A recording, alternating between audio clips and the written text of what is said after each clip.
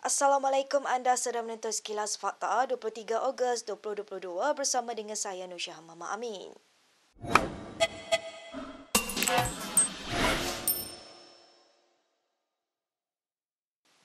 Mahkamah Persekutuan mengekalkan sabitan dan hukuman terhadap Najib Razak dalam kes rasuah melibatkan SRC International bernilai RM42 juta. Justeru bekas Perdana Menteri itu akan menjalani hukuman penjara 12 tahun mulai hari ini. Mahkamah Persekutuan mengekalkan sabitan dan hukuman terhadap Najib Razak dalam kes rasuah melibatkan SRC International bernilai RM42 juta. Justeru bekas Perdana Menteri itu akan menjalani hukuman penjara 12 tahun mulai hari ini. Keputusan itu dibuat secara sebulat suara oleh panel 5 hakim yang dipengerusikan oleh Ketua Hakim Negara Tengku Maimun Tuan Mat. Selepas keputusan dibacakan, beberapa anggota polis dilihat menghampiri Najib di kandang tertuduh bagi melaksanakan hukuman penjara itu. Tengku Maimun ketika membacakan keputusan itu berkata, Hakim Perbicaraan di Mahkamah Tinggi Muhammad Nazlan Muhammad Ghazali betul semasa memutuskan kes prima facie ke atas Najib dan mengarahkannya membela diri bagi 7 pertuduhan kes rasuah SRC International. Tengku Maimun juga berkata pasukan Najib sudah diberi peluang untuk mengemukakan rayuan tetapi mereka enggan berbuat demikian. Terdahulu Najib membacakan kenyataan yang sudah disediakan lebih awal dari kandang tertuduh. Menurut Najib, perbicaraan yang adil dan kedaulatan undang-undang seolah-olah hanya suatu ilusi dan dia tidak diberi peluang untuk menjelaskan kedudukannya.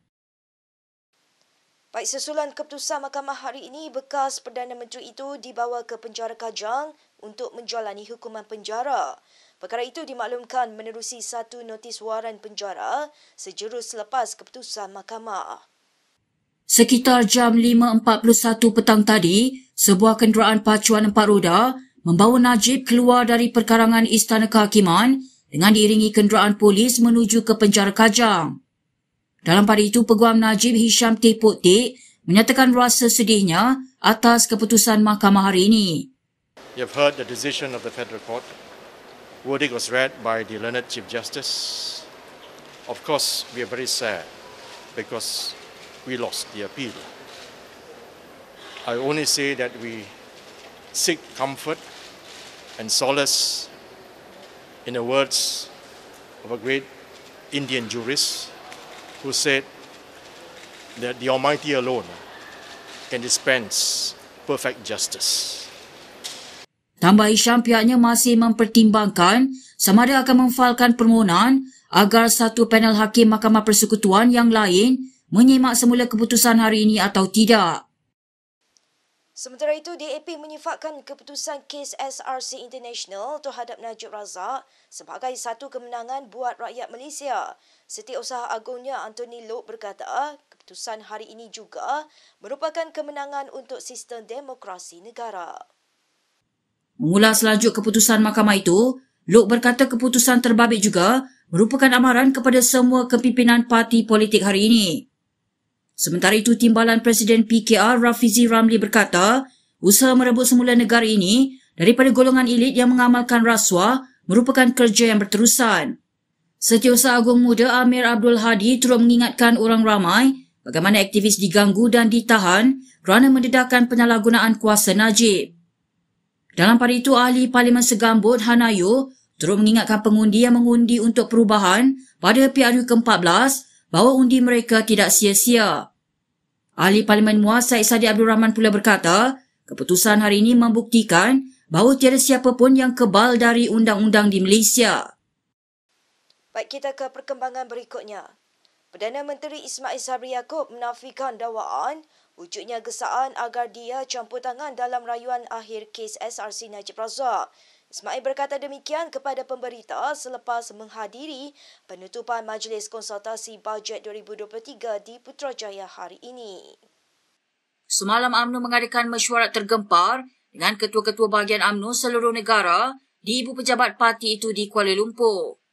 Selain menyentuh mengenai PRU ke-15, beberapa media tempatan yang memetik sumber turut melaporkan terdapat desakan oleh pimpinan tertinggi agar Ismail campur tangan dalam kes mahkamah melibatkan Najib.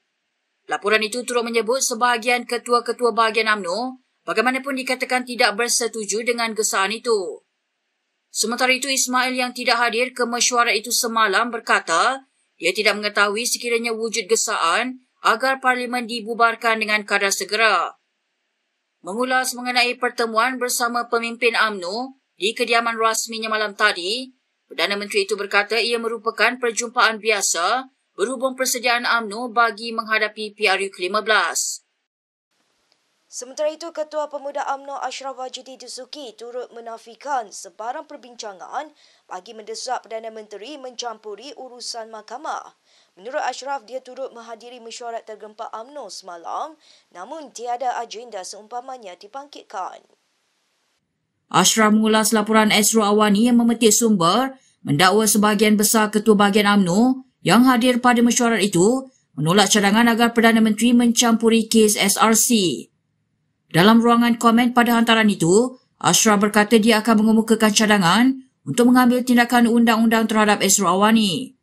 Ashraf mendedahkan pertemuan itu kebanyakannya membincangkan isu berkaitan PRU ke-15. Terdahulu, ketua-ketua bahagian UMNO di seluruh negara diminta menghadiri mesyuarat tergempar di ibu pejabat parti itu semalam. Sejumlah pemimpin atasan UMNO turut dilihat hadir, termasuk Presiden UMNO Ahmad Zahid Hamidi, Timbalannya Muhammad Hassan dan Naib Presiden Muhammad Khalid Nordin. Perkembangan itu hadir di tengah kabar angin berhubung pilihan raya selain prosiding akhir kes SRC International melibatkan bekas Perdana Menteri Najib Razak di Mahkamah Persekutuan. Berita seterusnya. Laporan forensik mengenai projek kapal tempur pesisir LCS yang baru dinyah klasifikasi mengaitkan individu bernama Zainab Muhammad Saleh dalam urus niaga meragukan. Laporan itu menyebut Menteri di Jabatan Perdana Menteri Abdul Latif Ahmad adalah suaminya beberapa jam selepas menteri itu menafikan dakwaan tersebut. Menurut laporan itu, seorang individu bernama Thierry Berra memindahkan sahamnya kepada Abdul Latif yang merupakan pasangan kepada Zainab.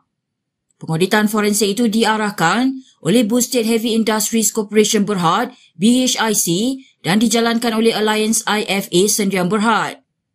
Dalam satu kenyataan ringkas, Menteri Pertahanan Hishamuddin Hussein berkata BHIC telah bersetuju untuk menyah klasifikasi laporan itu.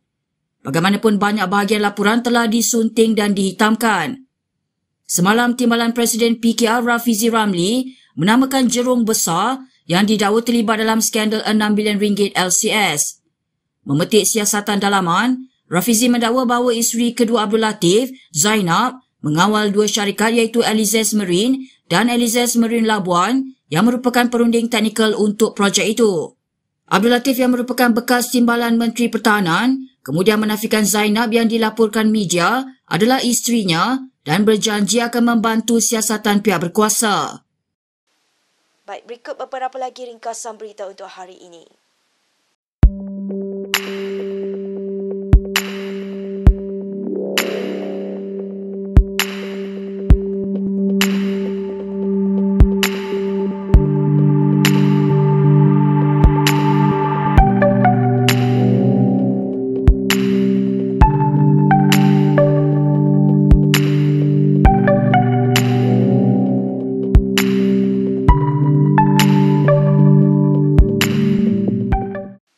Sekian sahaja daripada saya, Nur Syah Muhammad Amin, untuk Sekilas Fakta. Untuk lebih banyak berita, anda boleh melayari kinitv.com. Anda juga boleh mengikuti kami di Instagram, Twitter, YouTube dan Facebook. Salam hormat dan jumpa lagi.